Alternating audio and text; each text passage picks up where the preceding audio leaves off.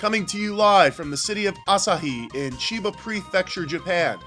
This is the Kabukimono Chronikals with Mr. Kabukimono himself, Naoe Keiji.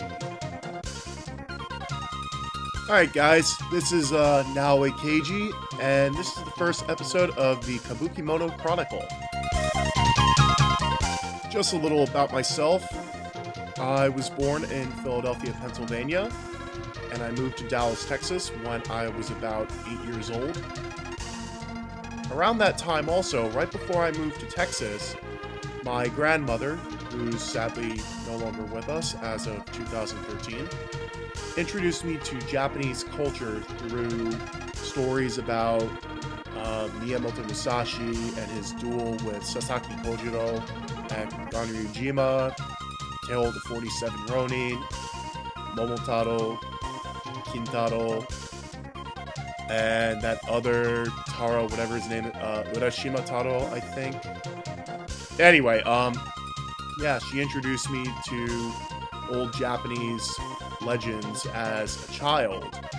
And what made it really weird for me was she only told it to me. I don't know if she ever told it to any of my cousins, and I know she didn't tell my brothers, so at a very young age, it seemed that my life's calling was toward the Asian continent. Or rather, I should say, the big island the size of Montana off the coast of mainland China and Korea. Unfortunately for me, growing up, there wasn't really any other kids who had the same fascination with Japanese culture as compared to, say, anime and manga. But also, I grew up in a very golden age of anime and manga. Matter of fact, I still remember when I was in middle school, I brought home a copy of Ranma Nibun no Ichi, or for you English speakers, Ranma 1/2, from the public library, and my mom was less than thrilled than seeing some boobs and ass in the manga. But of course, you gotta understand, Japanese censorship is so different compared to American, but I digress on that. After I graduated high school in 2009, I enrolled in Dallas County Community College, and I started to look around for what sort of degree in... I really wanted Asian studies at the time, but I had shitty grades in high school. I really did. But it doesn't really help when your stupid school district misdiagnoses you with a form of autism that you never had. So I guess I blame them, and I blame myself for having no motivation. But, you know, you're only young once. You do stupid things. So as I was sitting and looking around through all the other colleges, I finally narrowed it down to 3 schools. The University of North Texas in Denton, Texas State University in San Marcos, and one out-of-state school at the University of Arkansas. In the end, I decided to go to the University of North Texas because I was impressed with their Japanese department, and despite having no Japanese history over there were better opportunities for me to study abroad, and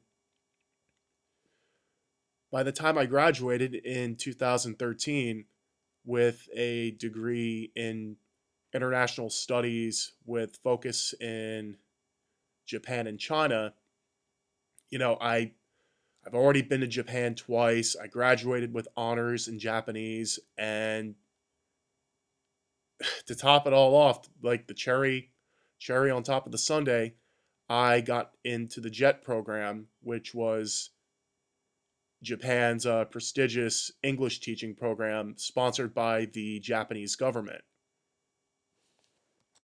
Unfortunately for me, I was sent out to backwater East Hokkaido, and I didn't get the memo that the town that I was dispatched to a town that will forever have a sour taste in my mouth, Akechi.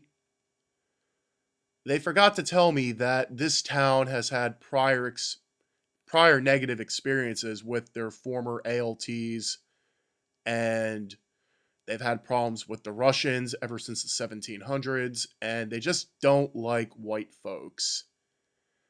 After putting up with a year of constant abuse from the elderly Japanese people and just stupid other ALTs that just don't share the same love of Japan that I did, I decided to leave the frozen tundra of not Lambeau Field, but the frozen hell known as Hokkaido, and come down to the Kanto Plain. Now, during 2014, or at least during the spring and summer, I kept looking around for a job, and soon enough, I eventually found a little job near the closest major area that I say where I'm from is Narita, but I'm located about 1 hour east of Narita along the Sobu line, and I live, of course, as stated, in Asahi. My current job is a English conversation school teacher, but for the most part, it's just a part-time job. It's not a full-time job, although I do have somewhat of a, you could say, like full-time benefits. They sponsor housing, they sponsored my new visa, so, they take care of me. And since I graduated from the University of North Texas with zero debt, you know, I have no student loans to worry about or any other sort of crippling debt that I have to pay off that most of my other fellow graduates have to pay. So I spend most of my money traveling around Japan or buying or renting Japanese movies, going out with my Japanese girlfriend and my Japanese friends, and just enjoying life over here. Unfortunately for me, iMovie only allows me to do 10-minute episodes, so we're getting close to the end of the first episode, but I want to know what you, the viewers, want to know more about Japan.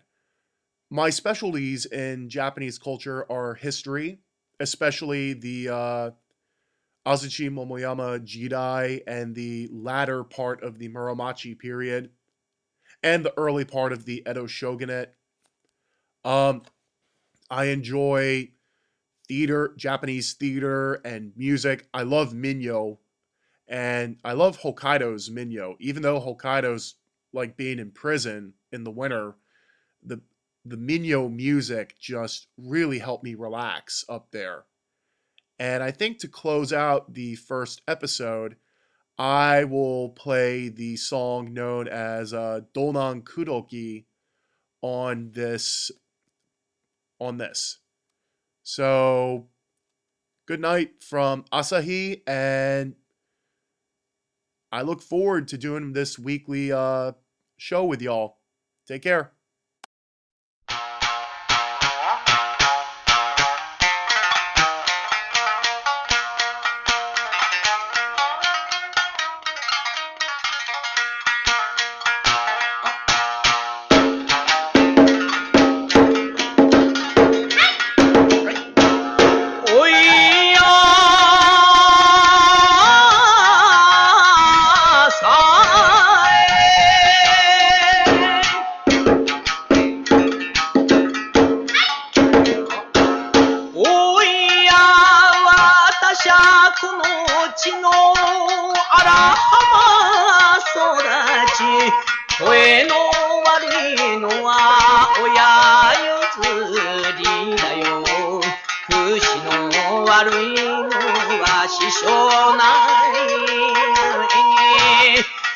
一つ歌いましょう